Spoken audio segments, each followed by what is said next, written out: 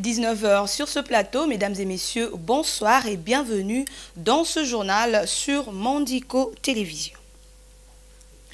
Le président de la République, Félix Tshisekedi, a lancé la 8e édition du Salon Expo Béton ce mardi 10 septembre au centre financier de Kinshasa, placé sous le thème « Révolution urbaine des solutions durables du corridor ouest pour Kinshasa et Congo central ». Meshak Lofaka et Vitempanzo.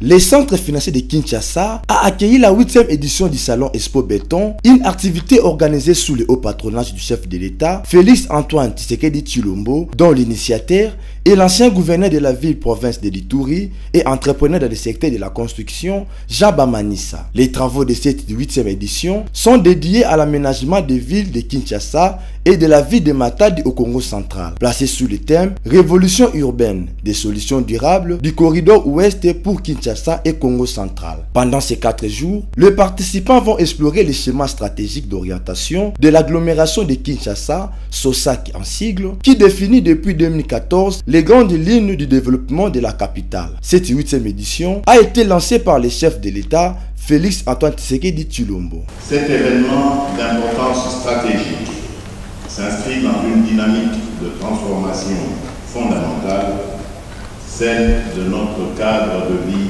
urbain.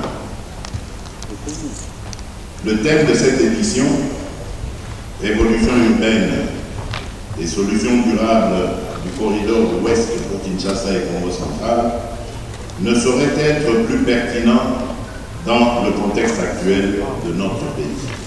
Ce manquement a conduit à un développement désordonné dans plusieurs de nos villes, notamment ici à Kinshasa. Aujourd'hui, nous en payons le prix à travers la congestion urbaine, le manque d'infrastructures sociales adéquates, le déficit en logement décent et une détérioration progressive de la qualité de vie de millions de nos concitoyens.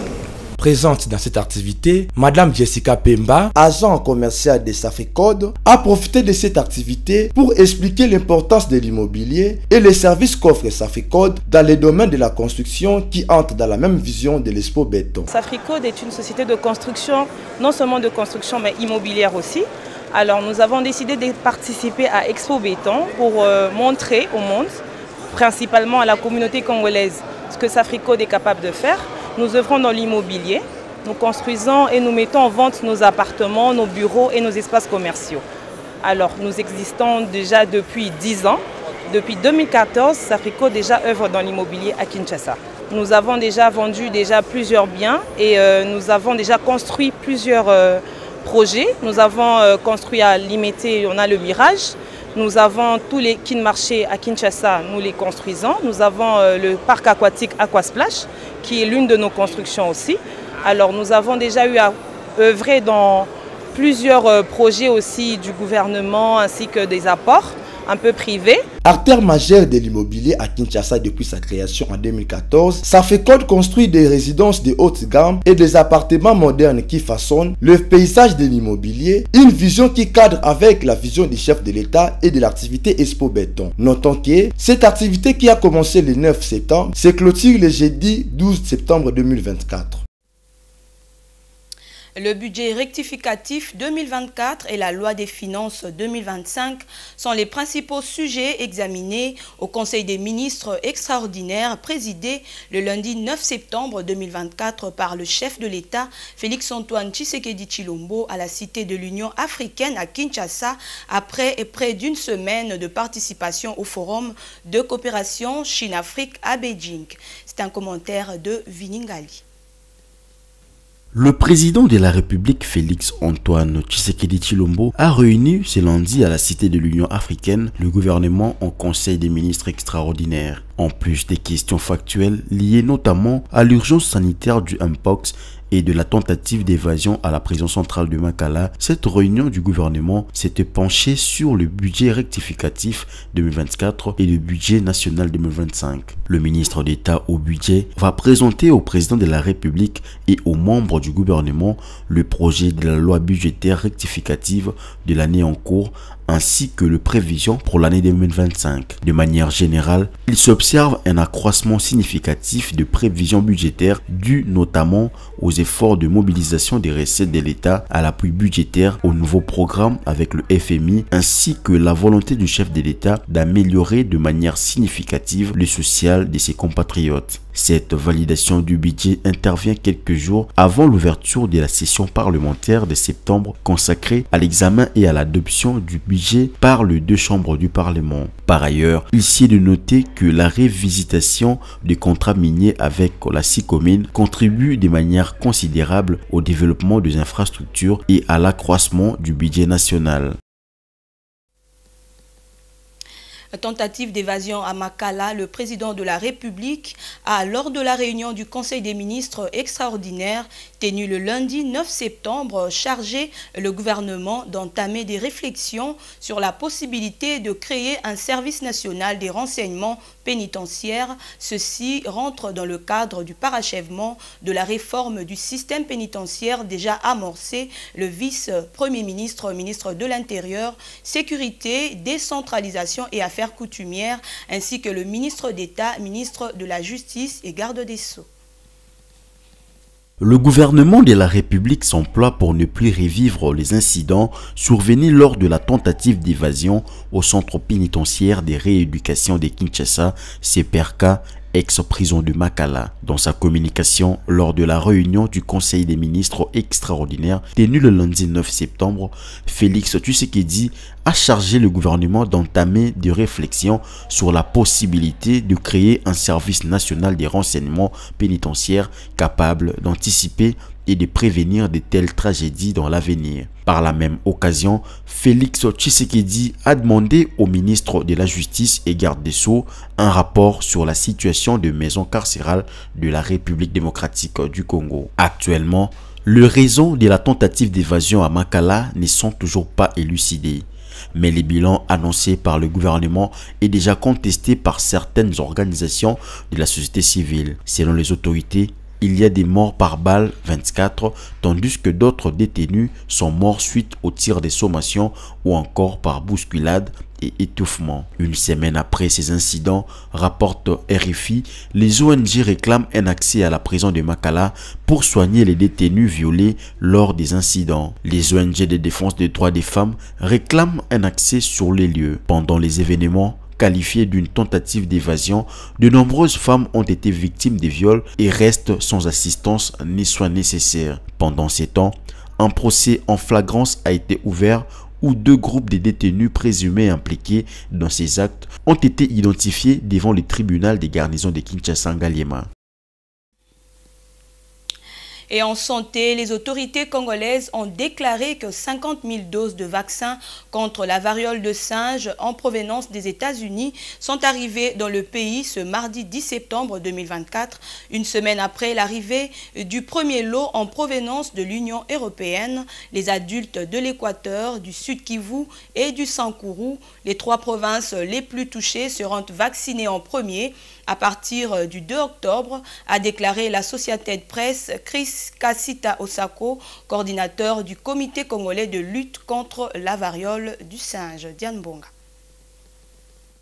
La semaine dernière, le premier lot de vaccins contre la variole est arrivé à Kinshasa, capitale de la République démocratique du Congo et centre de l'épidémie. Les 100 000 doses du vaccin Jynneos, fabriqué par la société danoise Bavarian Nordic, ont été données par l'Union européenne par l'intermédiaire de HERA, l'agence de l'Union pour les urgences sanitaires. 100 000 autres doses ont été livrées au cours du week-end. Les 50 000 doses provenant des États-Unis seront du même vaccin Jynneos. Ces 250 000 doses ne représentent qu'une fraction de 3 millions de doses qui, selon les autorités, sont nécessaires pour mettre fin aux épidémies de variole au Congo, l'épicentre de l'urgence sanitaire mondiale. Les pays de l'Union européenne se sont engagés à faire don de plus de 500 000 autres doses, mais le calendrier de leur livraison n'est pas clair. Depuis le début de l'année 2024, 5 549 cas de variole ont été confirmés sur le continent avec 643 décès associés, ce qui représente une forte augmentation du nombre d'infections et des décès par rapport aux années précédentes. Le cas au Congo représentait 91% du nombre total. La plupart des cas de variole se retrouvent en RDC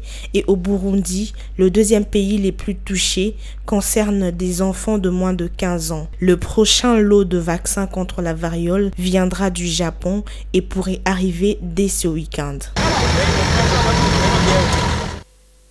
Et dans ce même chapitre, début le lundi 9 septembre 2024 à Kinshasa, en RDC, de la réunion des directeurs des programmes élargis de vaccination pour l'Afrique centrale. Ces travaux de 4 jours ont pour objectif de créer un espace d'échange, d'expérience et d'apprentissage mutuel entre les 10 pays d'Afrique centrale qui y participent. C'est le directeur de cabinet du ministre de la Santé qui a procédé à l'ouverture de ces assises. Les détails avec Bijou Lumuna.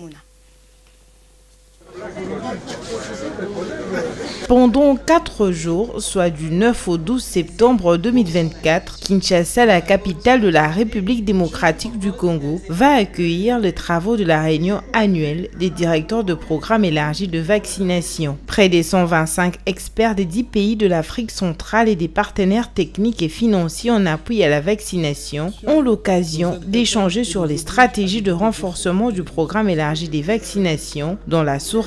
Pour cette année 2024, la réunion annuelle permettra non seulement de faire le suivi participatif de la mise en œuvre de points d'action de la réunion précédente, mais aussi de partager les leçons apprises dans les efforts de la réduction des zéro-doses et évaluer les progrès réalisés dans l'introduction des nouveaux vaccins dans la sous-région, y compris les vaccins contre le paludisme, le virus du papillome humain, les HPV, les deuxièmes doses de vaccins antipoliométiques inactivés et le vaccin contre la varicelle. Dr Bakeïta, représentant AI de l'OMS en RDC, est revenu sur la résilience des systèmes de santé en Afrique centrale en soulignant l'importance de renforcer les programmes de vaccination face aux épidémies des maladies telles que la rougeole, la méningite, le choléra et même le Mpox exacerbé par les faibles taux de couverture vaccinale. Cette situation nous interpelle et nous oblige à redoubler d'efforts et de vigilance. Il est impératif de renforcer nos systèmes de surveillance, d'améliorer la vaccination de routine dont j'ai parlé tout à l'heure et d'optimiser la qualité des campagnes de vaccination supplémentaires dans nos pays. À ce titre, je me permets de rappeler que les nouveaux vaccins introduits tels que contre l'hépatite virale, poliovirus variant de type 2, l'herpès à papillomavirus, Ebola, Covid-19 et bientôt le paludisme et le Mpox ne sont là qu'à titre d'exemple. Des questions telles que l'atteinte des enfants qui restent non vaccinés et le renforcement des campagnes de vaccination contre les maladies évitables par la vaccination, ainsi que l'introduction des nouveaux vaccins, figurent parmi les sujets à l'ordre du jour de ces assises. En RDC, malgré les avancées enregistrées, beaucoup reste à faire. Elle fait partie des pays de la région qui abritent près de 3 millions d'enfants non vaccinés et sous-vaccinés. L'insécurité persistante qui entraîne près de 7 millions de déplacements massifs, ainsi que la multiplicité des épidémies et l'urgence de santé publique sont autant d'obstacles pour la vaccination dans le pays. Face à ces défis majeurs, le Dr Romain Mouboyaï Chikaya, directeur de cabinet du ministre de la Santé publique, Hygiène et Prévoyance sociale, a appelé à l'intensification des efforts pour améliorer la couverture vaccinale. Nous devons analyser, entre autres, l'intégration de la vaccination dans les soins de santé primaires, la revitalisation de la santé communautaire et la collaboration multisectorielle. En travaillant ensemble avec d'autres programmes et d'autres secteurs, nous pouvons progresser plus rapidement dans nos pays vers l'atteinte de l'objectif de 90% pour chaque antigène recommandé dans l'agenda de la vaccination l'horizon 2030. Organisé en partenariat avec l'OMS, l'UNICEF, Gavi et d'autres partenaires, ces travaux vont se poursuivre jusqu'au 12 septembre prochain. Les participants, qui sont essentiellement des directeurs des programmes nationaux de la vaccination, des partenaires techniques et financiers, nationaux et internationaux, vont pendant 4 jours échanger sur l'état de la vaccination en Afrique centrale, se partager les meilleures pratiques et les leçons apprises des expériences diverses et enfin s'engager à réadapter les stratégies pour atteindre les objectifs régionaux de vaccination. Et on parle justice dans ce journal. 2 autres détenus blessés lors de la répression armée des forces de sécurité à la prison centrale de Makala sont décédés, ce qui porte le bilan à 131 morts. Il s'agit encore d'un bilan provisoire car plusieurs détenus blessés sont toujours dans des conditions difficiles à l'hôpital. Le porte-parole du gouvernement qui a fait la mise à jour du bilan annonce des sanctions à l'issue de l'enquête. Commentaire. Sur la question de cette évasion de Makala, parce que lorsque des événements... Le porte-parole du gouvernement, Patrick Mouyaya, a indiqué que le président de la République a demandé à ceux qui s'occupent de l'enquête de pouvoir faire rapport dans les 7 jours qui suivent. Mais d'abord, c'est le regret et la profonde tristesse lorsque l'on regarde le nombre de morts. On parle de 129, mais il y a 2 autres qui ont succombé de leurs blessures. Depuis cette tentative d'évasion, le chaos s'était installé à Makala car il n'y avait pas d'électricité, pas d'eau et des bâtiments logeant le bureau du greffier, l'infirmerie ainsi que les dépôts alimentaires ont été incendiés. Le gouvernement travaille depuis pour remettre tout en place. Des mesures ont été prises, notamment l'eau a déjà été rétablie au niveau de la prison. Des mesures d'accompagnement ont été prises pour toutes ces femmes qui ont été victimes des violences sexuelles et d'autres cas de viol et les ONG, organismes non gouvernementaux, notamment le Bureau conjoint des Nations Unies pour les droits de l'homme, seront impliqués dans l'enquête en cours parce que nous voulons tous connaître la vérité de ce qui s'est passé ce jour-là et de ce qui a conduit à ces circonstances dramatiques, a souligné le porte-parole du gouvernement. Actuellement, les raisons de la tentative d'évasion à Makala ne sont toujours pas élucidées, mais le bilan annoncé par le gouvernement est déjà contesté par certaines organisations de la société civile. Selon les autorités, il y a des morts par balle, tandis que d'autres détenus sont morts suite aux tirs de sommation ou encore par bousculade et étouffement. Une semaine après ces incidents, les ONG réclament un accès à la prison de Makala pour soigner les détenus violés lors des incidents. Les ONG de défense des droits des femmes également réclament un accès sur les lieux. Pendant les événements qualifiés d'une tentative d'évasion, de nombreuses femmes ont été victimes de viols et restent sans assistance ni soins nécessaires. Pendant ce temps, un procès en flagrance a été ouvert à la prison centrale de Makala où 2 groupes de détenus présumés impliqués dans les actes de barbarie perpétrés lors de la tentative d'évasion des prisonniers ont été identifiés devant le tribunal de garnison de Kinshasa-Ngaliema. Et puis, triste découverte ce mardi 10 septembre 2024 dans la matinée du corps d'un jeune homme devant le siège du parti SID de Martin Fayoulou qui, selon des sources locales, serait un militant du dit parti. Selon le président du parti SID, ce jeune homme aurait été abattu par un policier. Martin Fayoulou a condamné fermement cet acte qu'il qualifie de crime odieux dirigé contre la dignité humaine et demande à ce que le policier responsable de cet acte soit immédiatement déféré devant la justice. À suivre. Tôt le matin de ce mardi 10 septembre, le corps d'un jeune homme a été découvert près du siège de l'ESID à Kinshasa. Martin Fayoulou et ses proches ont indiqué qu'il s'agit d'un militant du parti qui a été tué par balle. Ils accusent tous un policier et annoncent une enquête. L'incident a eu lieu la nuit. Selon les dirigeants de l'ESID, la police a fait une descente sur le lieu ce matin pour s'enquérir de la situation, comme le montrent ces images. Martin Fayoulou a quant à lui exigé que justice soit faite. Cet acte abject est une offense à la justice et un crime odieux dirigé contre la dignité humaine qui ne saurait rester impuni. Le policier responsable doit être immédiatement déféré devant la justice et une sanction sans complaisance doit lui être infligée conformément à la loi. Une enquête sérieuse doit être diligentée pour savoir pourquoi nos membres sont visés par la police, a-t-il affirmé. Le camp Fayulu dénonce un acte prémédité contre l'opposition, un incident sécuritaire de trop après les récentes tueries des détenus à la prison de Makala. Et en société, la saison de pluie a déjà commencé. La rivière Kalamu dans la commune du même nom, au centre de la ville de Kinshasa, à l'ouest de la RDC, est dans un état déplorable, rempli de déchets et surtout des bouteilles plastiques. La rivière Kalamu peut déborder à chaque forte pluie. Les populations riveraines sont dans l'inquiétude de voir que cette rivière est devenue une décharge publique où sont déversés les déchets tout en exposant ses habitants au risque des inondations, comme c'est souvent le cas. Regardez. Le spectacle est désolant. Des tas de bouteilles plastiques envahissent la rivière Kalamu au quartier Matongé, près de l'entrée du stade Tata Raphaël. Sur place, les déchets planent le long de cette rivière et empêchent la circulation de l'eau. Cette réalité est aussi vécue dans plusieurs rivières qui traversent la capitale congolaise. Il en est des mêmes pour les caniveaux qui sont bouchés par les bouteilles plastiques et d'autres déchets, créant ainsi des inondations à chaque tombée de pluie. Juste la pluie qui a arrosé la capitale le week-end dernier, la situation présage le risque d'inondation dans plus de quartiers de la ville de Kinshasa. Victimes des inondations, les riverains de Kalamu ont lancé un appel aux autorités compétentes.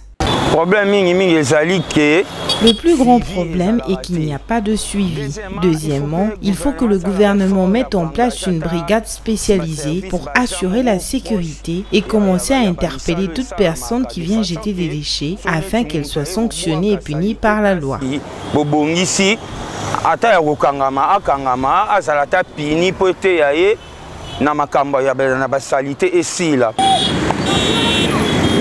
Face à cet état de choses, les gouverneurs de la ville de Kinshasa a lancé il y a peu l'opération Kinshasa et Zobonga. C'est dans ce cadre que sur place, un engin de curage de déchets est disponible à cet endroit. Voilà pourquoi Tabor Mwabai recommande aux autorités de constituer des équipes de cantonniers manuels pour pallier à cette situation. Il faut que l'on puisse avoir des cantonniers manuels dans chaque coin et que ces derniers jouent le rôle de la police pour faire le suivi du travail, surtout celui de curage de la rivière. Parce que, comme vous le savez, à chaque fois que l'on cure, vous allez constater que nuitamment, il y aura toujours des gens qui viendront encore y jeter des immondices. Nous demandons encore à l'autorité provinciale de mettre à chaque coin de la capitale 2 poubelles publiques qui serviront pour gérer les déchets, mais aussi de procéder à des sensibilisations dans les médias pour faire voir à la population qu'après l'utilisation des bouteilles en plastique, de bien les conserver, car dit-on, la bouteille en plastique a une durée de vie de 500 ans. L'État a travaillé avec la population. Sans l'État, la population, sans paix, population, paix, l'État, ça veut dire que tout le monde va ensemble. Ces comportements d'incivisme ont poussé le gouvernement central, par le biais du vice-premier ministre, ministre de l'Intérieur et Sécurité, à lancer une campagne de sensibilisation dénommée « Pour notre sécurité, respectons tous la loi et les règles ». Cette campagne, a dit Jacquemaine Chabani Louko, vise à lutter contre les maux qui mettent en déroute les facteurs de développement de la République. Alors que les poubelles publiques sont placées dans certains coins de la capitale, surtout au centre-ville, elles sont souvent confrontées au problème d'évacuation, créant un autre problème de santé. Les campagnes de sensibilisation pour prêcher le civisme à la population est une bonne approche, certes, mais le suivi et l'évaluation des déchets apporteront certainement des résultats attendus, comme le pense une certaine opinion. Et en sport, pour terminer, en déplacement au stade Benjamin Mpaka de la Tanzanie pour affronter l'Éthiopie dans le cadre de la deuxième journée des éliminatoires de la Coupe d'Afrique des Nations. Les Léopards ont réussi à s'imposer 2-0 le lundi 9 septembre 2024 après une mi-temps nulle sans but. L'équipe nationale congolaise s'est réveillée en seconde période, inscrivant 2 buts sans encaisser, obtenant ainsi leur deuxième victoire en 2 matchs. Merveille Loabéa.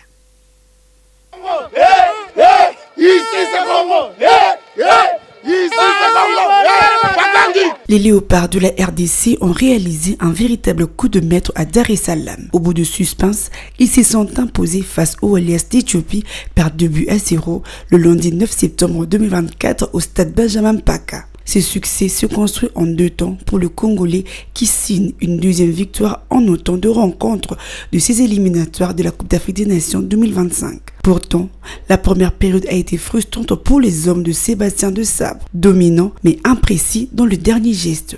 Le pressing congolais a souvent manqué les tranchants. Les sélectionneurs qui avaient opté pour un 11 remanié avec Akolo et Kakuta a vu son équipe buter sur la défense éthiopienne, peinant à trouver des solutions offensives. L'entrée en jeu de Théo Bongonda à la 30e minute a changé la donne. Le virevoltant ailier a apporté plus de fluidité et de percussions dans les petits espaces.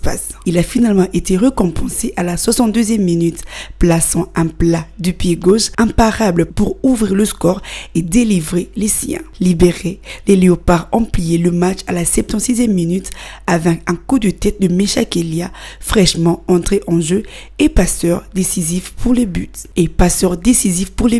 Avec cette victoire nette, les Congolais débutent ces qualifications en trombe. Avec 2 clean sheets à la clé, Axel Touazebe Impérial en défense a encore une fois sécurisé l'arrière-garde congolaise, repoussant chaque offensive éthiopienne. Ces départs parfaits propulsent la RDC en tête du groupe avec 6 points. Il ne leur suffirait plus qu'une victoire et d'un match nul contre la Tanzanie en octobre pour valider leur billet pour la CAN 2024 au Maroc. Une qualification qui semble désormais à portée de main pour les fauves congolais. Mettre un terme à cette rencontre, à la fin tranquille pour les Léopards, victoire méritée.